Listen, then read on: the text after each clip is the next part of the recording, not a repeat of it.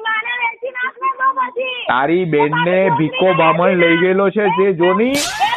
તારી બેન તારી છોકરી હોય ને એના એ મારા ઓફિસમાં મોકલી દે.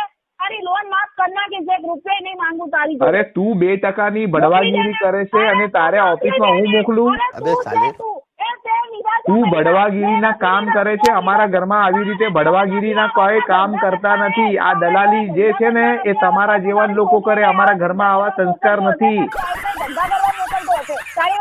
અરે તું ધંધા કરે એટલે અમે બી ધંધા કરવાના. અમે સારા સંસ્કાર વાળા છે. ચાલુ રાખું છું. તારા બાપને લે કાં તો તારા બાપના બાપને લે. હલો, તારો બાપ બંનેવીને લે ને.